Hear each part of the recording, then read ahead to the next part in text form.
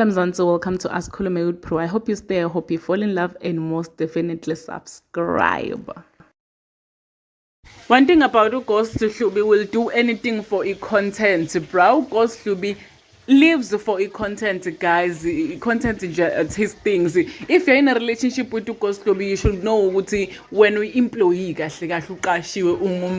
now we employer. Because guys, what the hell, Ghost Hlubi, Asima guys, Sima Mangolane, and he's now in a relationship with Usia, and not even 2 weeks, guys. Bahlukene uMogai already saw my vlogs, my pranks with the new girl.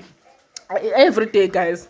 Every day I post a video. Every day I post content. YouTube, TikTok, Instagram. Uyabona nje ukuthi hayibo uMogai nje ubusy ange content. Akanenza abaMogai, akanenza bani feelings alamantombazane into lethi qabangela yona ukuthi nje ati create i content. Wenda ama video ne ex girlfriend yakhe. Wenda ama guys.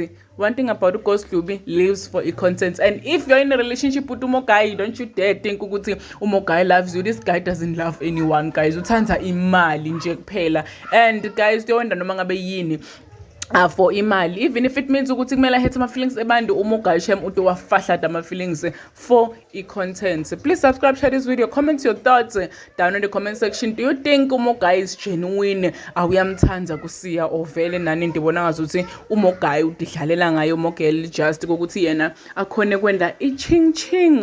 I'll see you guys on the next one. I am signing out. Goodbye.